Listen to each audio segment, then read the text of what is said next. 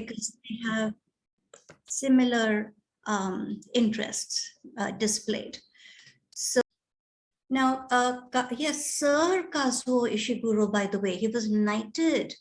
And now, of course, he is of Japanese origin, but he is a British citizen. His parents moved to England when he was 5 years old. His father was an oceanographer, and they settled in England and stayed on, and Ishiguro continues to live there. Now, everything that he has written has got positive attention. And as you see, he has had 4 Booker nominations, 1 Booker Prize, the Nobel Prize. Now, what can you say beyond that? The Nobel Prize, and the novel that got him that was The Remains of the Day, which has been made into an excellent movie, which I thought was very faithful to the original. And it's a very powerful movie that leaves you thinking at the end. Next, please.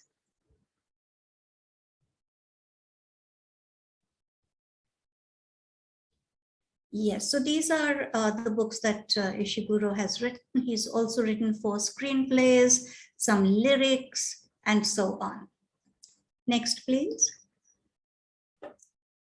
These are a couple of covers, you know. Now, the one I am reading has the cover on the left, this window upon the sky with a little bit of the sun visible. And of course, the sun is of paramount interest and importance in this novel.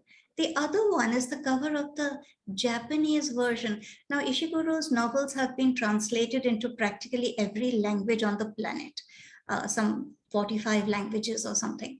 So I thought this was a very delightful cover, you know. Not only is it beautiful, but you know, that concept of the sun as a sunflower and the connection between human beings and all that solar energy really comes through in this cover. Next, please. Yes, so, and this is yet another cover that we have used on the flyer, how man can utilize solar energy. You know, he harnesses it. He has it in his hand, as it were, to use. Just a few images that I found on the net. When I presented Never Let Me Go, I was able to use pictures from the film. But of course, this one hasn't been filmed yet, so we have no ready images as such. But we are told that Klara is almost French in the way she looks, and she has short, dark hair. So I rather thought this image, you know, of the girl robot was appropriate. Next, please. Now, we have a narrator who is not a third-person omniscient narrator. We have a first-person narrator, and the narrator is Klara. Now, when the novel begins, we are told that she is standing in the window of a shop, hoping to be noticed by the right child. And you, of course, wonder for a moment, why is she standing in a shop window and why is she looking to be noticed by a child? But, you know, very quickly, I think it takes just about 1 page, really. In Never Let Me Go, I think you realized what was happening much later. The suspense was kept ongoing for a very long time. But here you quickly realize that she's an AF or artificial friend. Now, the expression artificial friend, I think, is used the first time on around page 42 or so. But it's clear that she's a humanoid. You know, she's a robot who has been specifically created to be a companion to someone. Now, she doesn't come cheap, of course. So immediately you realize that there is a very clear class system in this society. There are those who can afford an AF and those who can't afford an AF. So promptly the strata, you know, are becoming clear. Now, there are several AFs. She is not the only one. And they have been manufactured, they have been brought into the shop after, you know, they're called, I think she belongs to the B series. and there be two series, and then after her series comes a B3, and they have already arrived, so she doesn't belong to the latest series. And some of the people who come to the shop are interested in buying the latest. Now, there's a lot of human nature, that is revealed and is explored in the novel. And so what if your narrator is not a human being, but a humanoid? Through her telling, the behavior of the people around her, and even some of her own qualities are so human. Now, what is very interesting is, no, we need to stay there, Tushar, a little longer, please. Yeah, so now there are several AFs, and there's one called Rosa, who is usually with her, the pair of them are placed in the window, or they take second place, and another set of AFs stand in the window. The position keeps changing. But you realize very early on that Rosa, for example, is not so interested in what she sees in the view. She sort of blanks out. Whereas Klara is very interested. She's always wants to be in the window, not so that people will see her more, but so that she can see more. And of course, her view is very limited. Now, this is what happens in first person narration. First person narration is always so interesting because you have a person, a character, telling the story, and every human being, or non-human being but humanoid, obviously has a limited perspective and limited understanding. So it is within those limitations that the story is narrated, which makes it so much more interesting than an omniscient, all-knowing third-person narrator. Now, the manager is a very kind person, talks very nicely to them, and she mentions that Klara has very many unique qualities. And at the end of the book, we will meet the manager again, and she will say that in all her career, she never came across anyone like Klara. So our narrator is a very special AF. Yes, now the child who takes to Klara is a girl called Josie. And Josie persuades her mother to buy Klara. And she reassures her, saying that she will not keep her in some cupboard or something. She will be in her room with her. And so you realize that obviously everyone doesn't think of AFs as someone to share a room with. Some of them just pick them up and put them away, when they don't want them, even into a cupboard. So interesting to think of that, and interesting because you are meeting this narrator who clearly has a very interesting psyche. I mean, she's as much person as any human being, and to think of someone like her being put away in a cupboard seems so sad. So the novel evokes so many emotions and thoughts and explores so many questions and ambiguities and so on. So Klara is a B2 Series 3 model. Some parents want only the latest, they can afford it, and why should they not be with it? But that's a human tendency, isn't it? To want the best. Of course, that might also show that as parents, they are so caring for their child, they want only the best. But the B3 AFs, although they are the latest, and they are very quickly sold because they are the latest, fresh out of the oven, as it were, but they are a little arrogant. When they're put in the window, there is also an AF of the B2 series of that Klara is part of.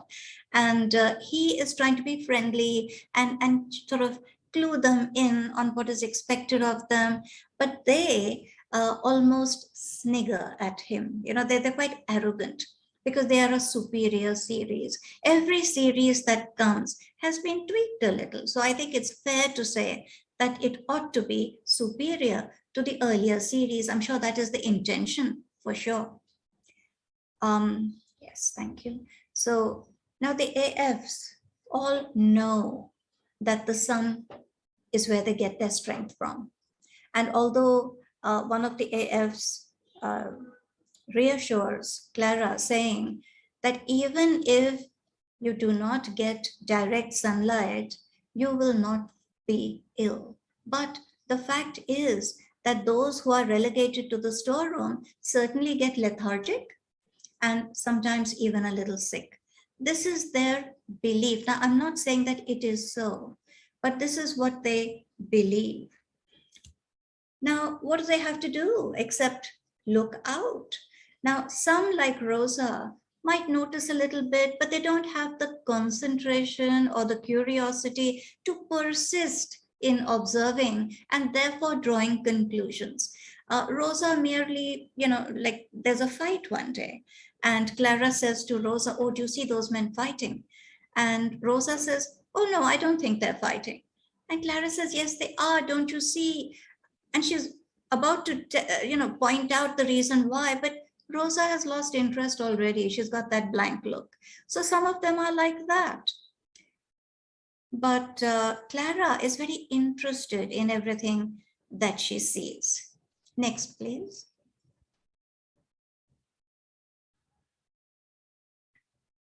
Now, there's an incident where a beggar and his dog, who are regulars on the street, they go up and down, they ask for alms. Some people talk to the dog, and they sit down and they move around. Now, one day, it's a gloomy day, and they sit down, and then they're lying down, and there's no movement out of the two of them all day. And Klara is sure that they have died. Now, there are several passers-by, and she sees that many of them notice these two lying in a doorway, absolutely still. And she's a little upset that nobody helps them. Nobody raises an alarm. And she's sad. But next morning, the sun rises, and it is particularly bright that day.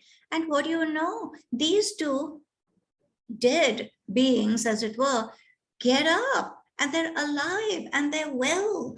And Klara takes this as proof that the sun has the power to heal. In fact, the sun becomes, in Klara's understanding, a very godlike phenomenon. I mean, she gets her strength from the sun. The sun can heal human beings. She thinks she has witnessed this scene of, shall I call it, resurrection, right? They had died and now they're alive. Now, Rosa and Klara are available, let us say, for a long time, and they're not taken. And the manager reassures them, saying, "Don't worry, you will find the right person." Now, this girl called Josie, comes one day, and she makes a beeline for Klara. Now, what does Klara see?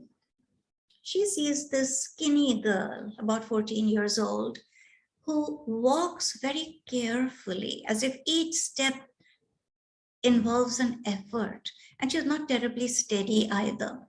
Now, she likes Klara, obviously, and they have a little conversation in which she asks Klara to wait for her. She wants to buy her. She's going to persuade her mother. Will Klara wait?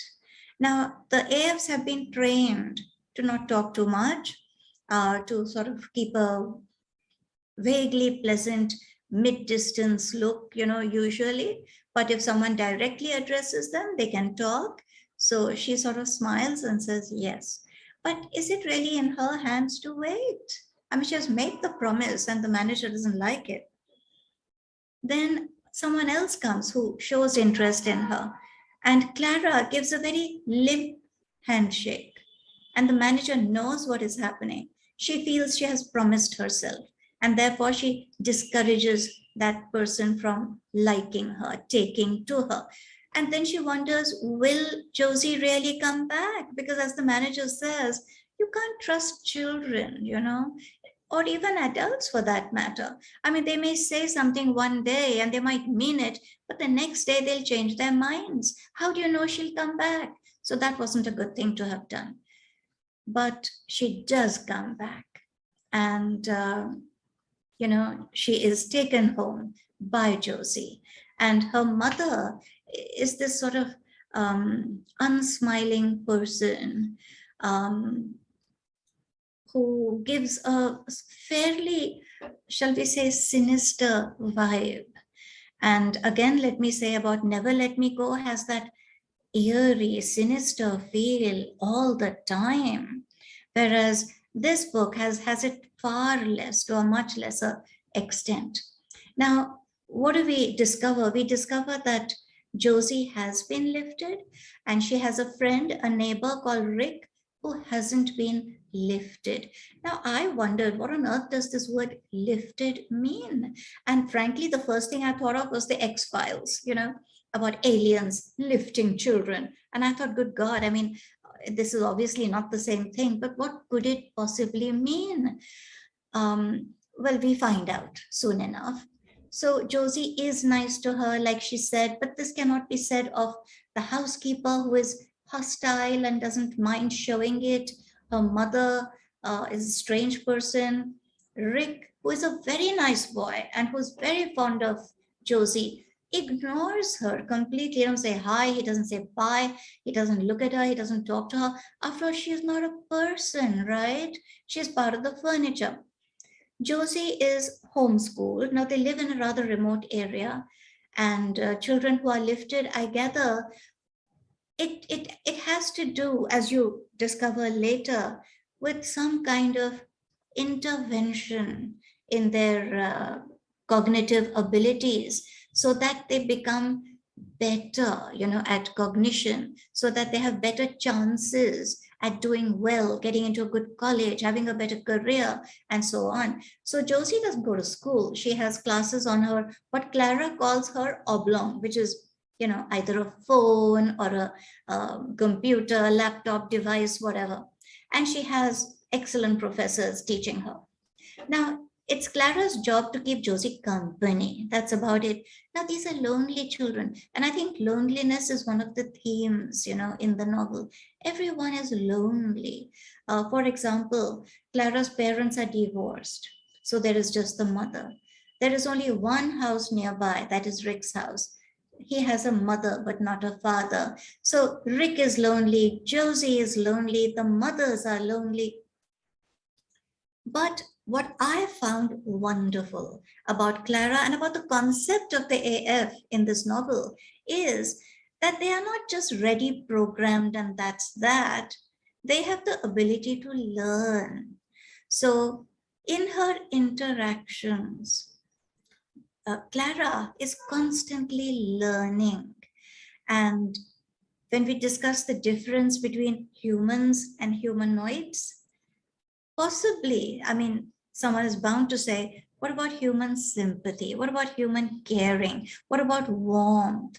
Well, these are the human qualities that Klara already seemed to have to some extent, a little unusually, but these qualities now grow. She becomes very fond of Josie, and she sees that Josie is often ill, very often ill, and then she has to take to her bed. She can't even do her lessons on the oblong, and she feels very sad about it, and she wants to help in getting her well. Now, one of the things that happens is that Josie's mother organizes a little get together, because Josie Hart doesn't meet anyone except Rick, and Rick is not a lifted child, so in some way he's inferior. Again, that class system comes in.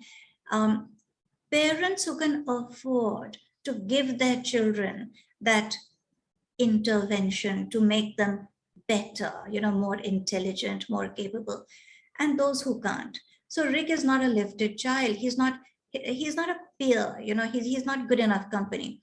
So her mother invites a whole lot of lifted children for a visit. And Josie invites Rick also. Rick comes. He comes for Josie's sake, just to make her feel a little comfortable.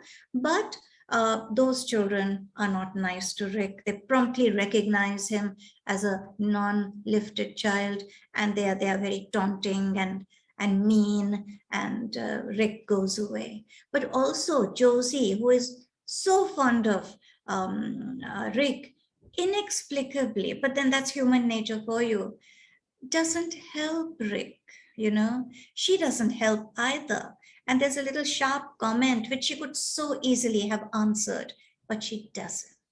So that's a bit sad. Next, please. Now, Klara has become very fond of Josie, and as Josie promised, she's in the room all the time. And once, when Josie is very sick and she feels that she needs a doctor, it is Klara who raises the alarm.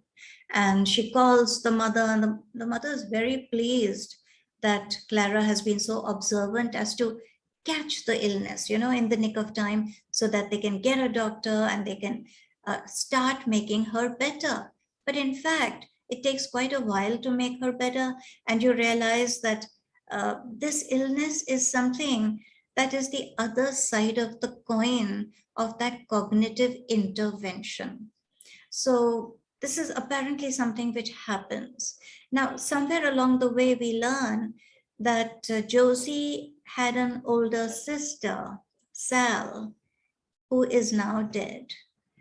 And you realize that when there is intervention in the cognitive abilities, maybe the cognitive abilities improve, but the child can also become very ill and can also die. So it's a very dangerous thing and a great responsibility for the parents to take this decision. Now, Rick's mother was not able to take the decision of getting him lifted. Later in the novel, she regrets this.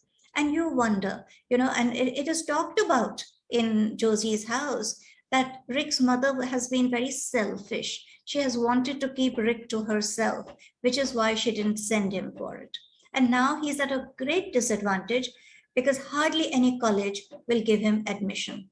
And there is only one college that also admits non-lifted children, and he has to try for that college. He has to make it to that college. Otherwise, he's not going to make it to college. As simple as that. Now, there's a strange thing that happens at the shop when Josie tells her mother that this is the AF she wants. Her mother asks Klara what she has noticed about Josie. And she's absolutely frank. So she says that, she has this odd way of walking. And the mother says, can you show me? And she enacts it perfectly, apparently. And now, after she has become a member of the household, she asks Klara to imitate Josie when they are out for the day at a place called Morgan's Falls, which is a very scenic, beautiful place where Josie wanted to take Klara, but Josie was not well enough to go that day. So just the mother and Klara go, and Klara is surprised, and we are surprised because the mother shows no fondness for Klara. Why does she want to spend the day with her then? But you realize the reason is this, that she basically pumps her. She asks her what she has noticed about Josie. She asks her if she can talk the way Josie talks, walk the way Josie walks.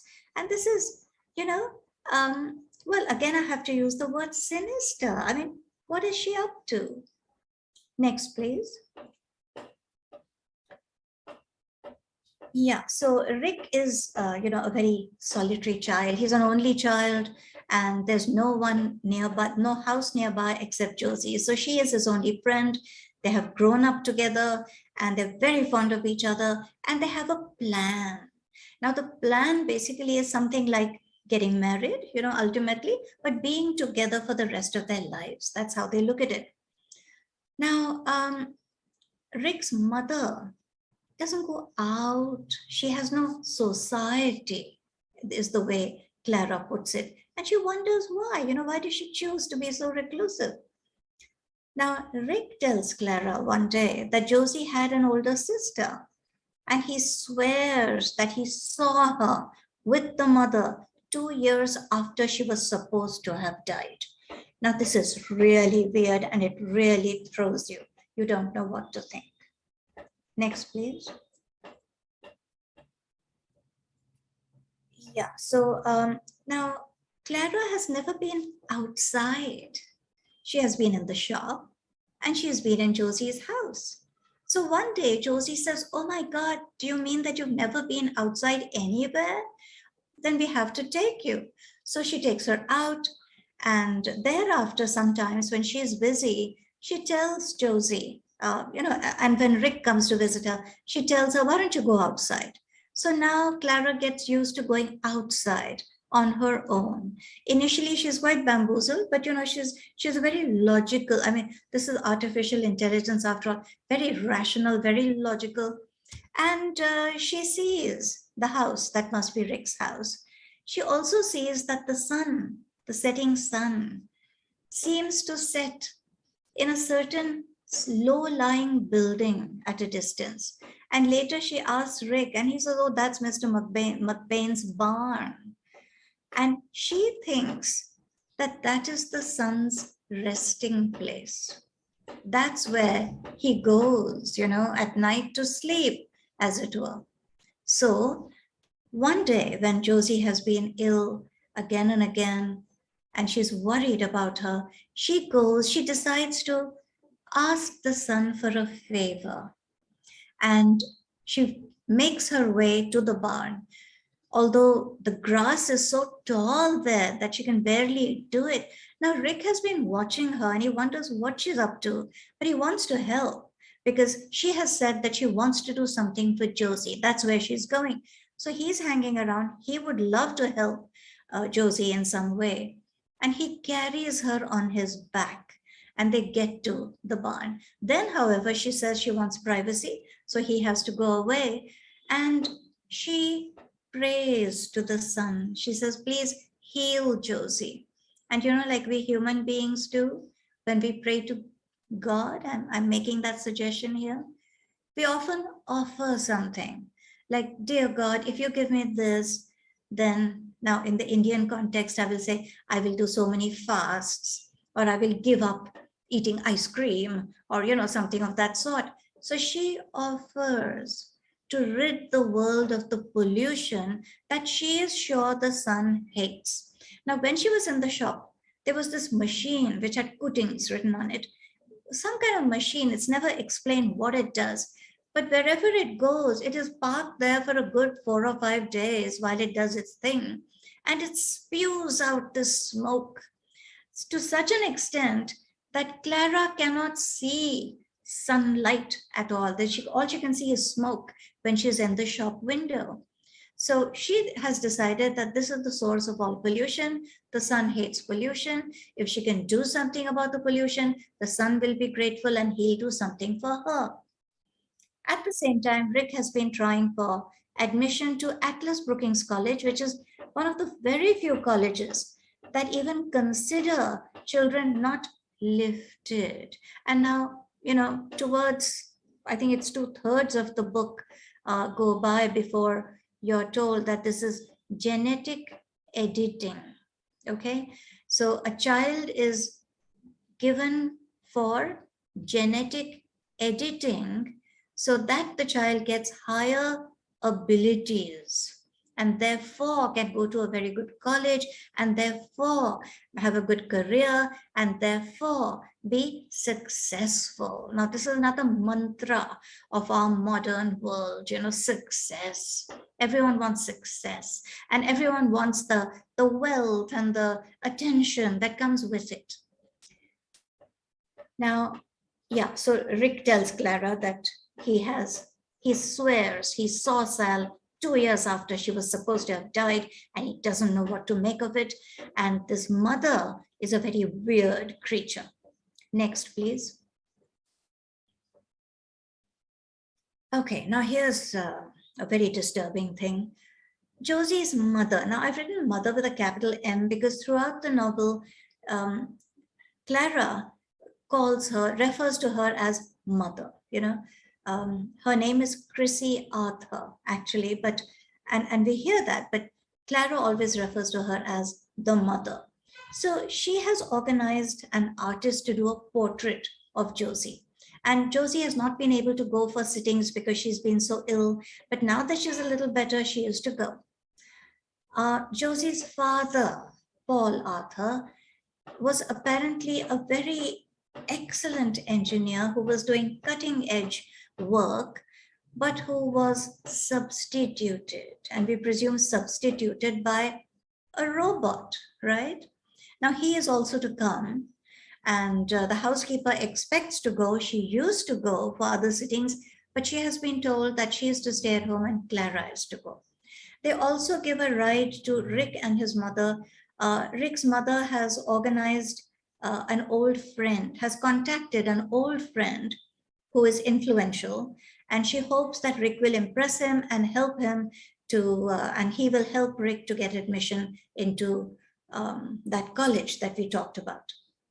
Now they go to the studio, and it's this huge place, and the mother goes upstairs to see the painting first, and then the father goes. Now, when the mother comes out, see, Klara is very observant, and she draws her own very intelligent conclusions, from her observations. So the mother seems scared when she goes up to see, and when she comes out, she looks positively ill. Then the father goes, and he's disturbed when he goes up to see it, but he comes out with a lot of energy. In fact, he pushes the artist aside, comes down the stairs. Now, he has been against this portrait right from the start. And he said, I don't know why you want to do it. Now, you and I will think, hey, this is just parental love, surely, getting a portrait done. But also there's that eeriness, that is there a possibility of Josie dying? Is that why the mother wants this portrait to remember her by? The portrait seems to be taking forever. How many sittings have there been? We wonder. They seem a lot. Now, Klara is asked to go up to a different place on the other side with different stairs, and she's given a questionnaire.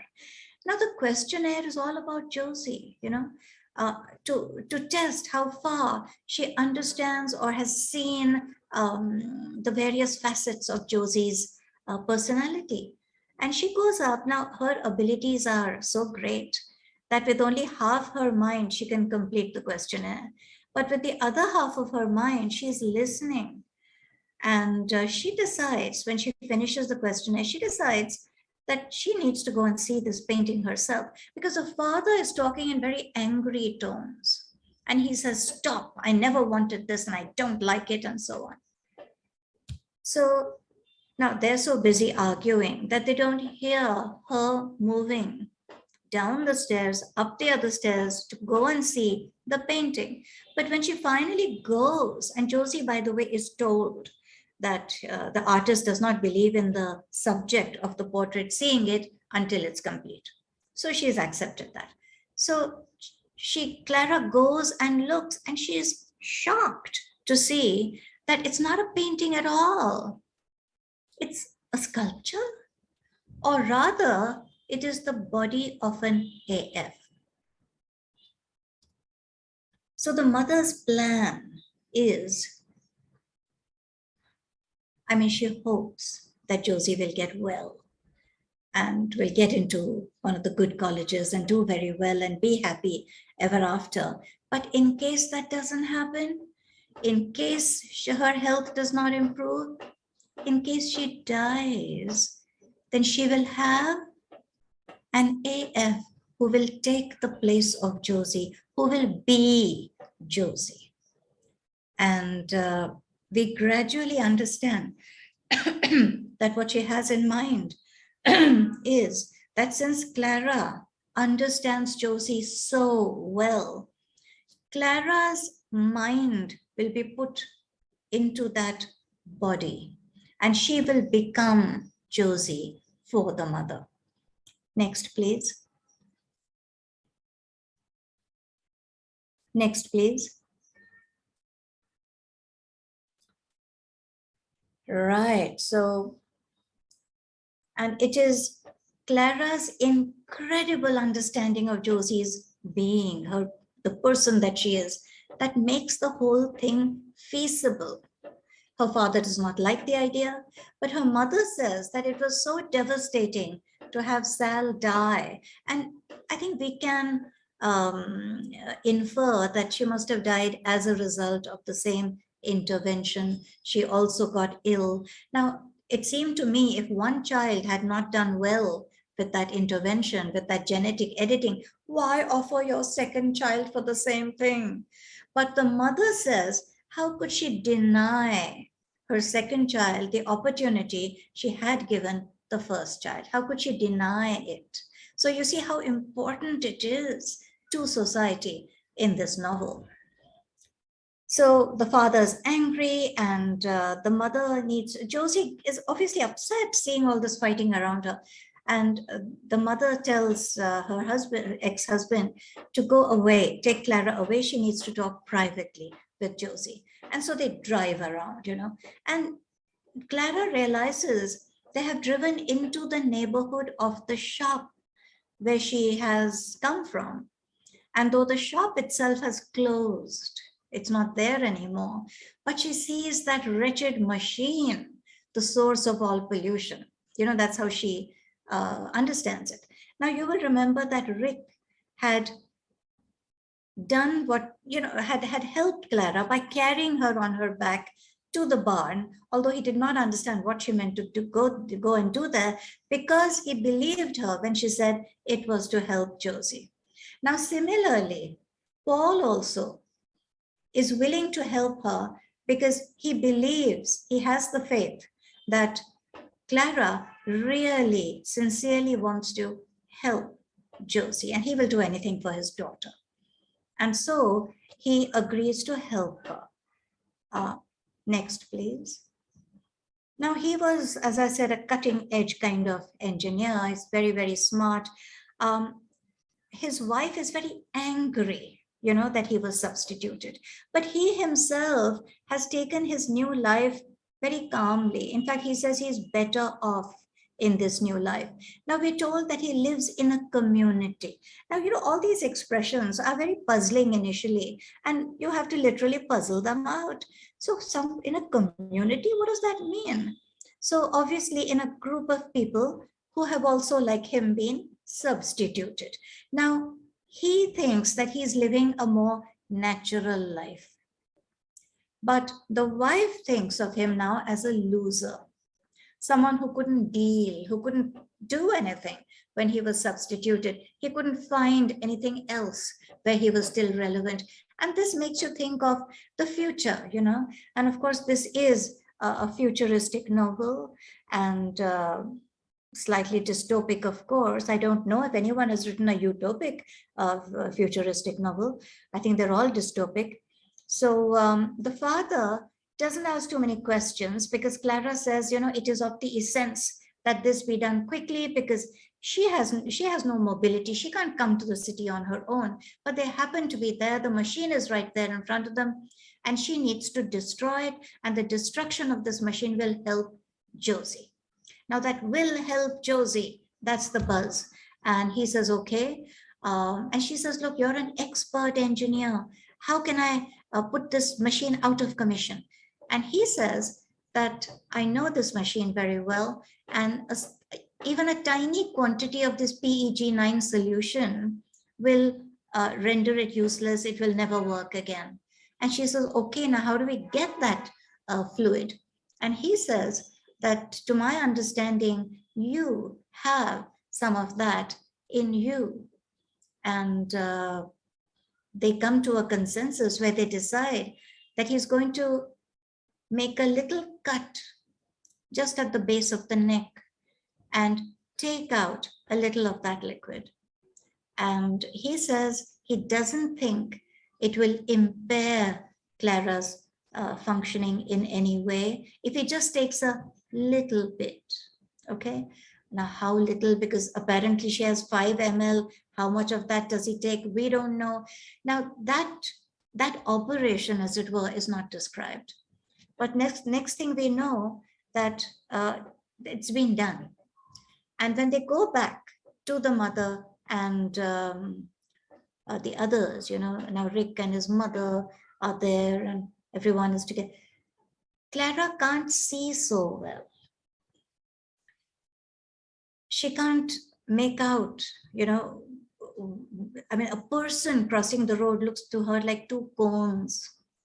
So in spite of the assurances of the father, we see that the loss of that liquid has impaired her abilities. Now, this is what we see immediately. Heaven knows what else has happened, which will be revealed gradually. But she is very happy, very content that she has done something to help Josie. And of course, She is sure that now that she has done what she promised the sun will do what she has asked for. He will make Josie better. Now, when they're driving out, she's absolutely stunned to see another coatings machine. She thought that was the only one. If she destroyed that pollution creating monster, then all the pollution in the world would end. And this is a revelation that there can be more than one. Now, what does she do about that? Next, please. Anyway, she has done what she could.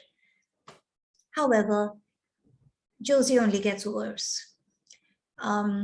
She goes back to the sun to reiterate.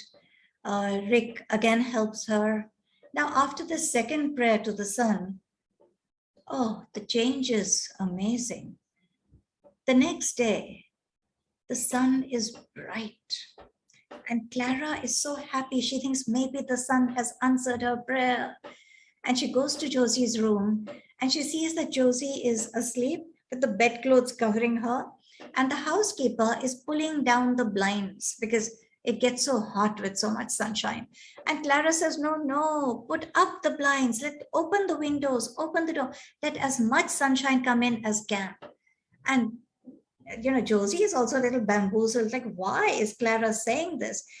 But there is so much confidence in what Klara says that everyone agrees and they do it. And Josie feels better. She has turned the corner. And after that, she's not ill. She's well. And now she can think of starting to look at college brochures and choosing which college she wants to go to. Is this the result of Klara's prayer? Is it? Next, please. So Josie begins to look at college brochures. She's well enough. She goes out a lot more. She has friends come to visit. The house is crowded with people, coming and going. Obviously, Klara can't interact with Josie at the same time when she has her friends. So although Josie doesn't say, don't be in the room, but she moves herself out and she discovers a utility room where she spends her time. And Josie comes and finds her there, and she moves things around so that there's a window up there, and so that Klara can climb up on a couple of boxes and look out of the window, because Josie knows how much Klara loves looking out. Now, obviously, time passes, although we're not told so specifically. The housekeeper, now Josie goes to college. The housekeeper goes off to live in a community. Again, that same word, a community in California. Next, please.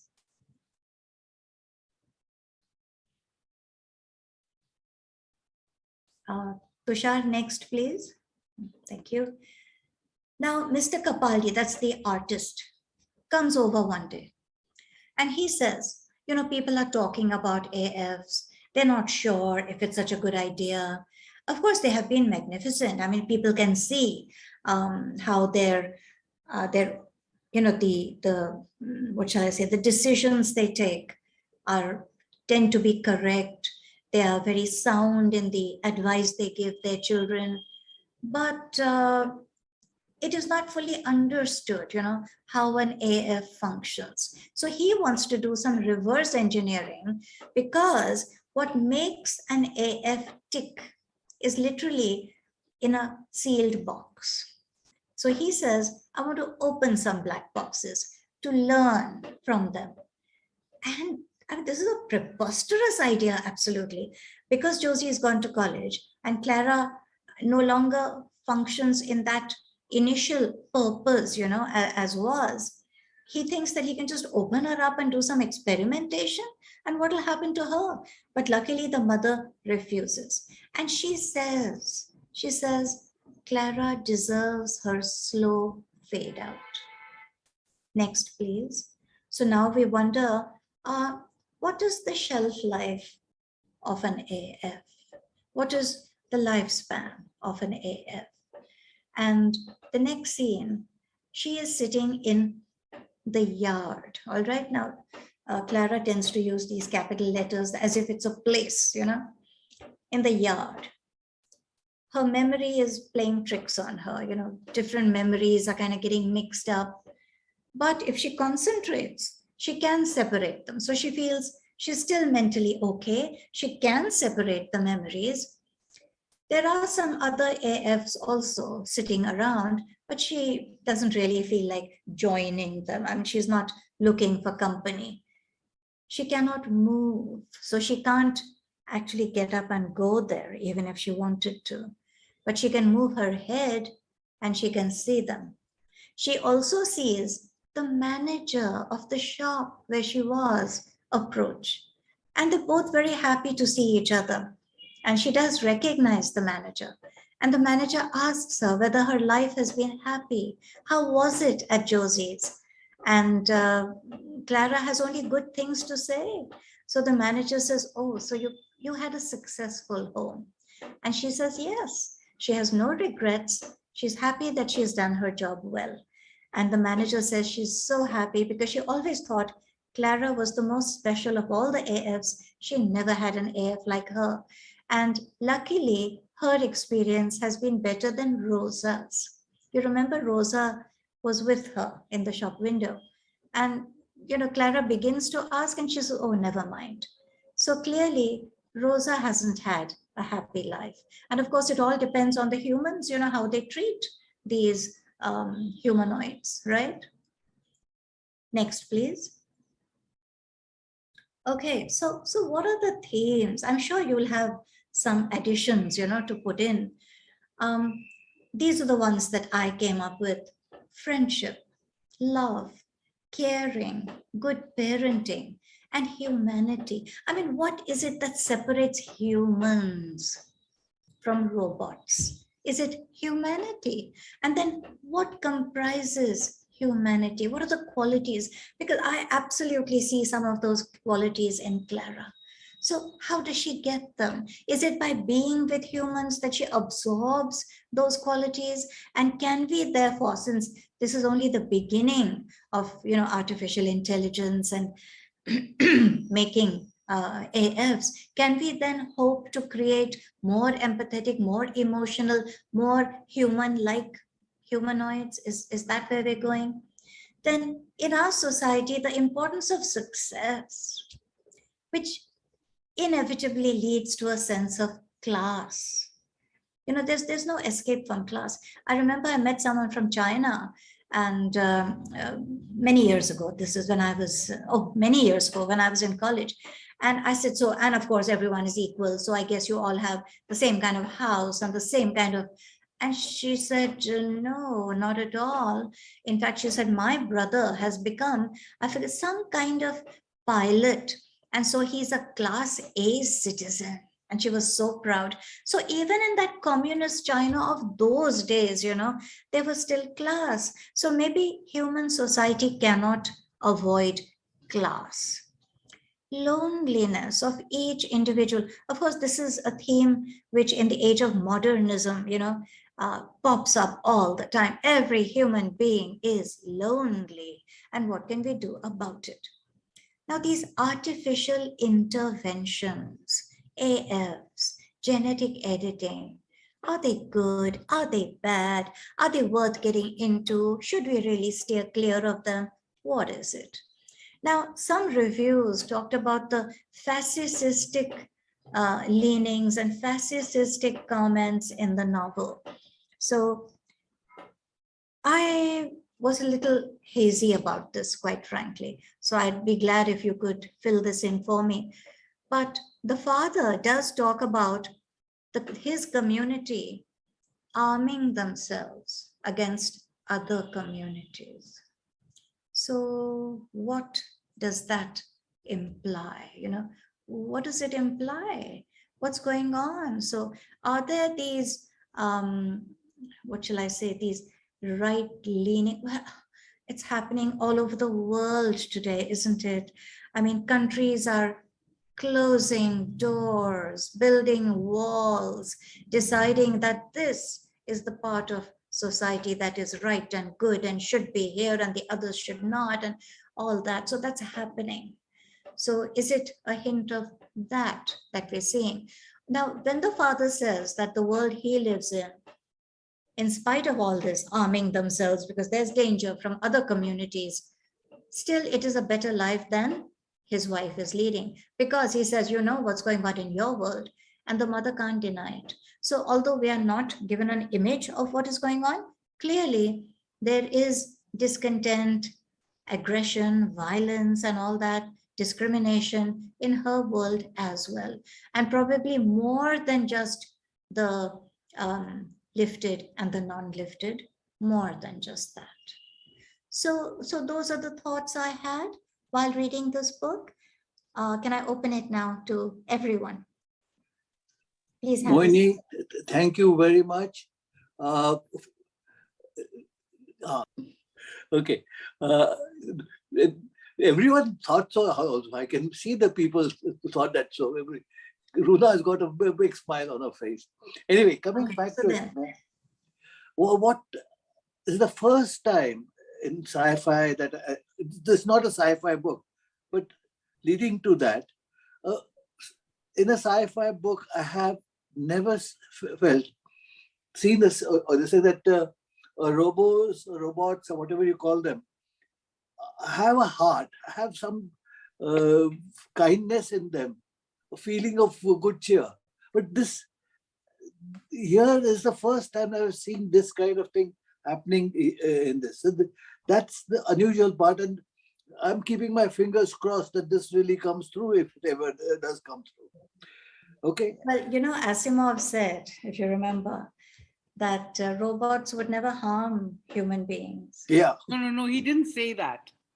He didn't say that. He said that robots are programmed in a way in which they follow the 3 laws of robotics. The 3 laws of robotics, Yeah. exactly. Yeah. So what did you say? That they're programmed in a way that they're not meant to hurt humans. They're not meant to hurt. Their first law is you will never hurt a human being. Absolutely. That is the first law. So, and if an unscrupulous manufacturer does not incorporate this, you're finished. Yes, of course. That's exactly it. Those are the dangers that exist when we get into that territory.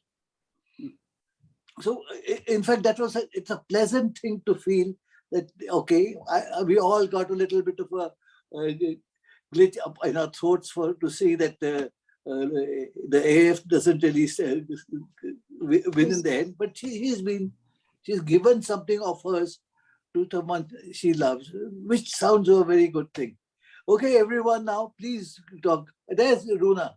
Runa's there. See, I'm a big sci-fi fan, but of course, certain chosen ones. I do not like the dystopic ones. And I have read all of Asimov. And if you read his collection of stories on robots, which is I, Robot, I mean, they are fantastic.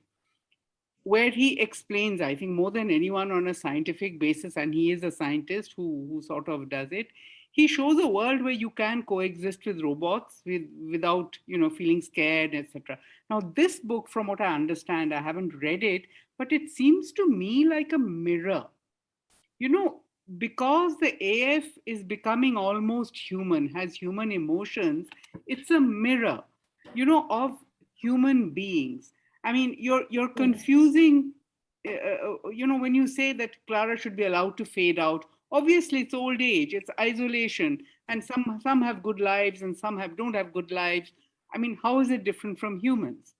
True. So maybe the author is trying to communicate something from this point of view. Also, this business of lifting and not lifting.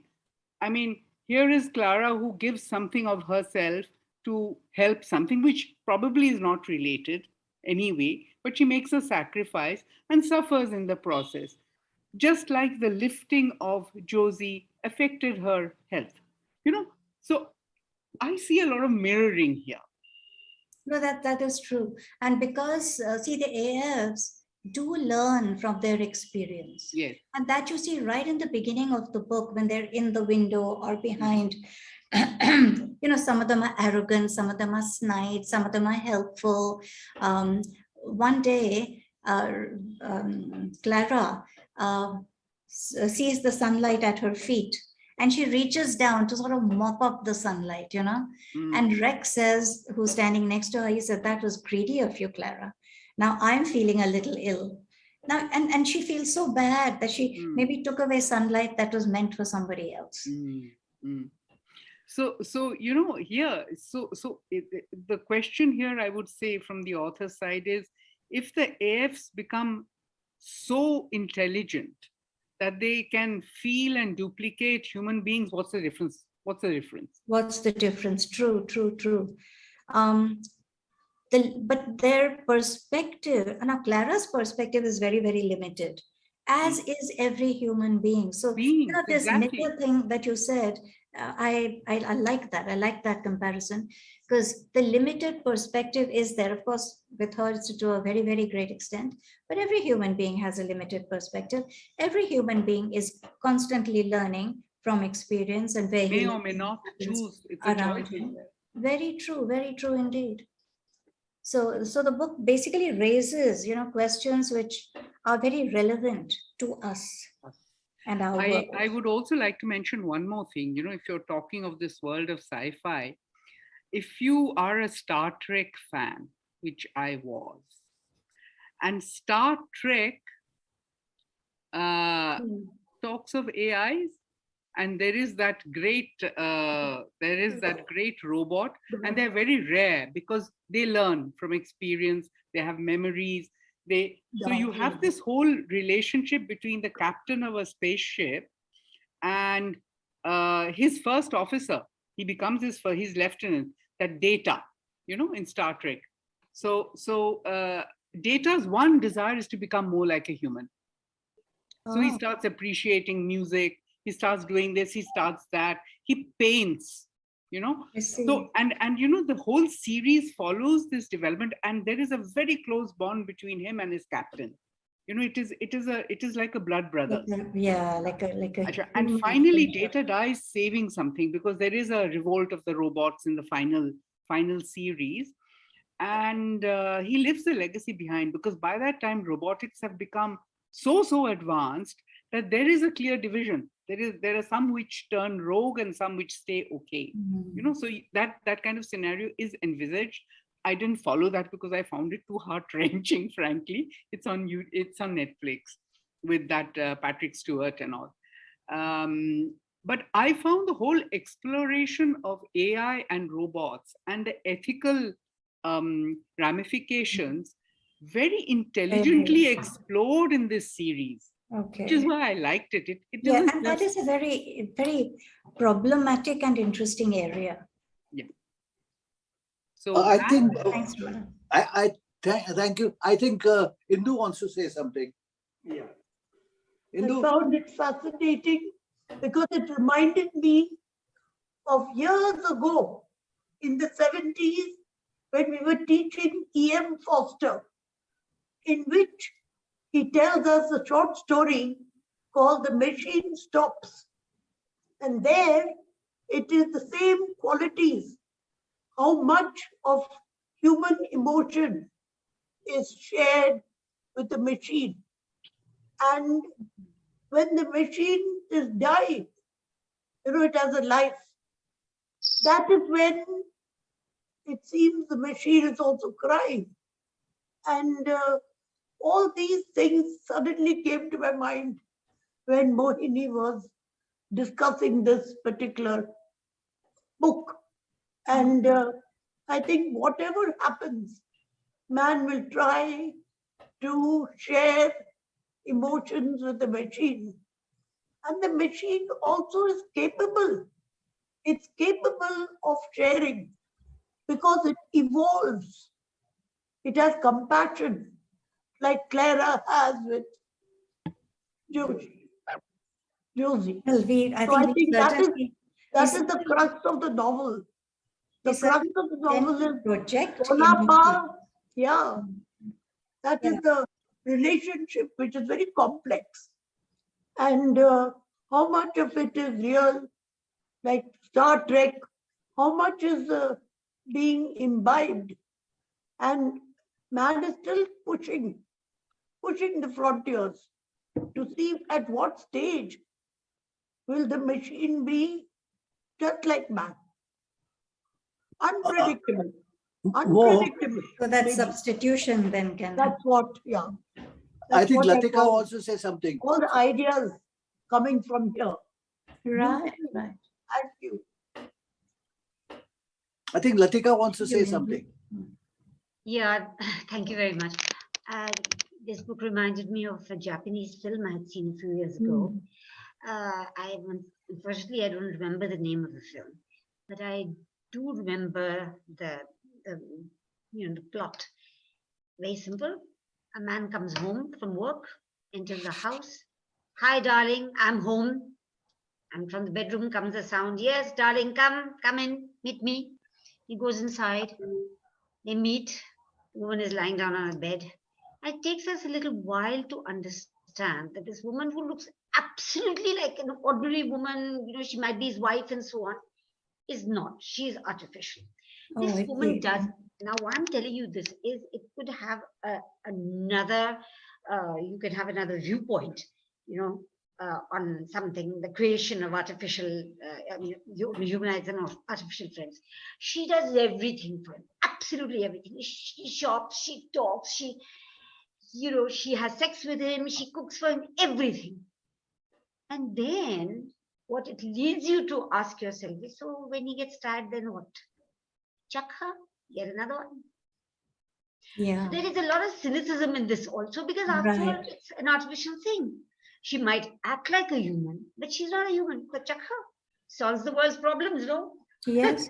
Well, Latika, I was reminded of another novel by Ira Levin. You remember when we were in college, Rosemary's Baby made such a sensation. Yeah. All of the novels. Film, yeah. This one is called The Deptford Wives. And there are these guys, who decide that they want their wives to be more tractable, and so they move to this particular place. And we are seeing things through the eyes of one of the wives, who's a career woman and doesn't want to go and live in suburbia, but her husband wants it so much and she thinks, well, okay, let's give it a try. Now what's happening is, now this is so many years ago, that's my point. In the 60s, this was written. They are making recordings of her voice. They are taking 101 pictures of her. And after some time, she wonders, what is with these people? I mean, it's a men's only club, but they invited me and they were talking, everyone's focus was on me. And she's invited a few times, but then not again. Then one day she's shopping and she meets one of the other women and she thinks, oh, this is so-and-so. But my goodness, her hair is much silkier. Her complexion is much better. She seems much sweeter, much more and you know what, that woman who was also a career woman, she says, oh, I'm going to give up my job. I can't look after the house and everything, and blah blah, whatever husband's name is so important to me. And that's how the novel ends. So these men have found a way of recreating something which looks like their wife, but is a better, to their mind, a better version, because she is not opinionated. She doesn't have opinions. She's willing to accept his opinions. Horrible novel, absolutely, as scary as Rosemary's Baby. But yeah, I remembered that. I'm going to ask Ginny. Ginny, you have read the book. Please switch on. I read the book, and I have to just put the book in a different place than relating it to my concept of the world. Like a book you read that has magical realism in it. That's just the book. And I think the book, as I accept everything in the book just as it is, and I think the picture he paints of that society is absolutely fascinating. But I can't believe that human emotion can be created in a machine. And so that these are just two separate things. I agree with you. Ginny, I agree with you. I do not believe humanoids can have human feelings. Okay, I would like Dr. Bharucha to say something. He's somewhere here. Dr. Bharucha, are you there? Yeah, go ahead. Sorry, I've been in and out of this program, but it looks that this is really about futuristic possibilities. And these are still very, very difficult if you look at futuristic science. It tells you what sort of possibilities would exist. And today we are looking at, for example, GM crops and saying the pros and cons of GM crops and the possibility of mutations happening and so on and so forth. So I don't think this is very far away from reality. It just could sort of happen. So unfortunately, I haven't heard the whole story today, but it sounds quite interesting. Thank you. Thank you. I think Farooq wants to say something. Yeah, especially since I see your grandson grandson is attending the program, and from the engineering point of view, I wanted to tell you that yesterday I had the privilege of giving a talk in one of the HVAC communities, that a heating, ventilation, air condition community, on artificial intelligence in energy management of chiller plants. And I gave a half-an-hour talk on artificial intelligence. So I just wanted to tell you where artificial intelligence has reached today in engineering. So there is this, there are platforms like we have Google, we have these cloud functionalities like Amazon and everything. There's an organization called tensorflow.org. It's a free organization. Anybody can join that. And engineering college students and young people, they go there and you can.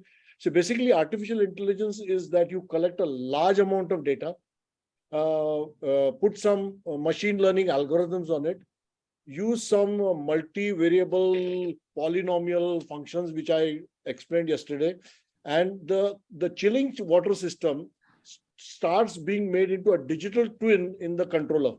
So you make a digital twin of the whole process of cooling and energy management of a building, and then the controller then starts giving prompt to the facility manager that don't make the temperature so high, you can make it a little cool or make it a little high, and give him anticipation that, this time, this day of last year, your parameters were these, and this starts giving him prompts like that. And slowly, the artificial intelligence starts taking control of a complete heating, ventilation control of a building, which is huge. And with that, they're able to not only save energy, use their equipments properly, get preempted on problems that can take place, and also do a lot of maintenance work. So this is how artificial intelligence is now being used in machines, CNC machines, boilers, heat treatment plants and all. So I just wanted to put an engineering perspective to a real way that things are happening just now in engineering. Right. Well, very interesting. Well, Farooq, you noticed my grandson, my granddaughter is also there. Yeah. And both of them. Granddaughter, is she engineering oriented or? Well, they've both done courses in robotics. So sorry, granddaughter and grandson, please get motivated by artificial intelligence. You can't escape technology, because technology is going to come. And one of the reasons is that the artificial intelligence makes less mistakes. They're not dependent on holidays. They don't take off. They work 365 days and they continuously monitor and supervise. And we have to become part of that culture. You want to say something, Kiran? Anika, Kiran, would you like to? I'm sure Kiran came because Star Trek was mentioned. I'm sure. I'm a big fan. Laughing when Runa was talking about Star Trek, I could see her reactions. Yeah, I think he actually came because Asimov was mentioned. Yeah. But the Star Trek, I think the Star Trek aspect was definitely an added bonus. No, Star Trek is fascinating, absolutely fascinating in all its ramifications. There's a series called The Voyager, which, goes to a different quadrant of the galaxy. The imagination, those are all possibilities, they're potential, and we are discovering it today. And all this business of going into different dimensions and all that, I mean, in physics, mathematically, it's proven, right? Different dimensions. I mean, physically, you can't, simply because some dimensions beyond the fifth dimension are not physical. Mm-hmm. So, so all of that gets incorporated in those series, and it's worth following. And I'm sure you children will love it. So, Sonal, do you have anything to say? You, three of you? Go for it. Yeah, well, I read the book like half a year ago for school. And one thing that we talked about a lot, like my classmates and I, was like how the mother deals with grief of losing one child and kind of preparing to lose another. And even if we like sidestep the whole thing that Ajay, you talked about, of how she like is lifting another child after knowing that her older, like her eldest daughter already died from that. Even if we sidestep that, like this idea of using Klara and being able to make Klara be Josie is kind of a way to like cheat death in a way, at least for her. So like avoiding grief, and that gets into this whole idea of like how like technology and all these different like new developments in technology are ways to make our lives easier. And like, when does that go too far? Like avoiding grief is like, is that a bad thing? Is that a good thing? And how it only benefits some people. And I think that's also why the father and the mother have this falling out over the portrait and this portrait man, because the father has a different view on life and a different view on technology than the mother does, and all of that. And I found that very interesting. Indeed, indeed. Well spoken, Anika. Very good. Yeah. Yes, well spoken, indeed. Chatterjee, who is that? Is that Monali? Monali? Is that Monali Chatterjee? Yes, that's yes, Monali. but hello, sir and ma'am. I cannot I can't switch on the camera. I don't know why. There's some problem with my. Okay. But I was there throughout your presentation, and it was amazing. One of the things that just kept on haunting me throughout was the fact that there's this constant urge of becoming like machines. So machines were supposed to become like humans. So they were called, I mean, we call them artificial intelligence. So the natural intelligence is the one that belongs to human beings. Yeah. And a robot is a humanoid, if that's how we are looking at it. But here there is a lot of irony, because there is this constant urge of trying to become like Klara, trying to be as observant as Klara, getting information out of Klara, and then finally getting Klara to become Josie. So as you had rightly mentioned, the whole thing is not just sinister, but then it is almost like a threat to the entire human race. What if artificial intelligence replaces humanity? I mean, is that possible? I think this novel raises these questions. Can I add? Yeah, Farooq, go ahead. So main thing is that the artificial intelligence that is now taking place in engineering and in many things is they are self-mutating. The algorithms are self-correcting continuously, and they try to become as close to the real life situation. And this is actually happening in engineering with these polynomials and things like that. And the more the data it collects and the more responses it gets, which are what the machine actually has to do, it starts mutating. And this is a fact that is happening with artificial intelligence now in control systems. Okay. Okay. Kiran, did you want to say something? Yeah, so that reminds me of in one of the Asimov books, like in One on Earth, the robots like took over many jobs and like all the humans hated them. But on like some other planets that were colonized by Earth, they're working together. Where like they're being like the workers for like the menial labor, and the humans are saying, "Oh, go like work that machine," or like I'm doing the more important stuff. So it's more like working together and being like lower instead of being peers and taking their jobs. Like they could like take jobs of humans, but they could also take the like more boring jobs that most humans would not want to do. Or menial jobs. Menial.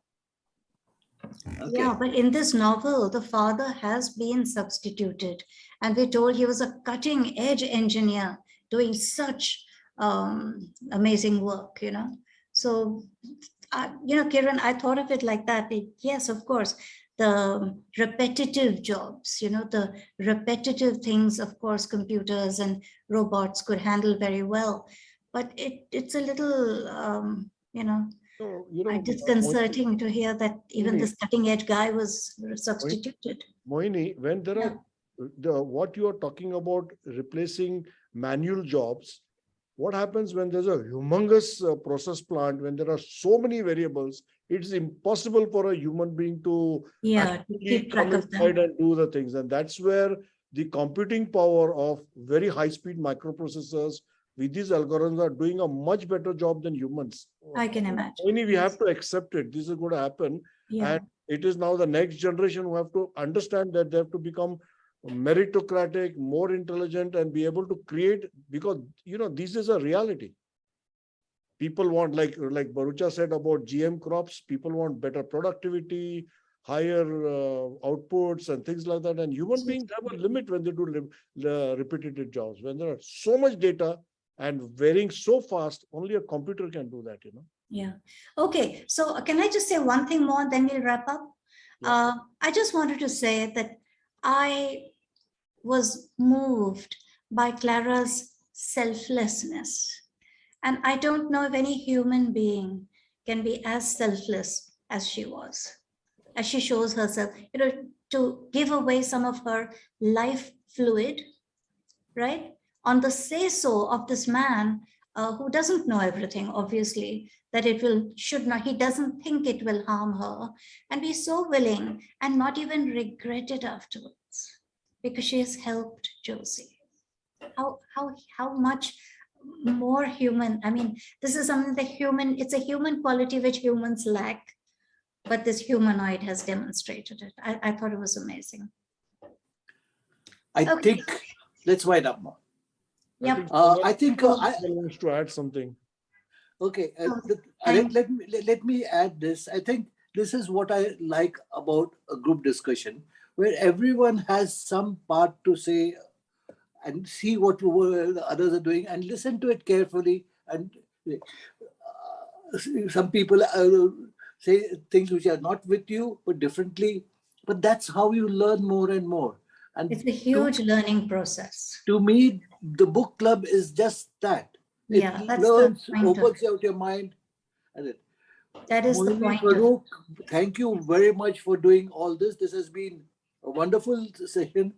We will be continuing to have our book club meetings 2 or 3 times a week, a month.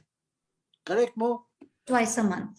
Twice a month. We're making it twice a month. And talk about it to your friends. See how we can get it together. If things settle down, we will try to have a live discussion also. And also we'll attach a video on that for others out of town. So this is going to be our future, and we will continue talking about it. And guys, give us ideas what you would like to do.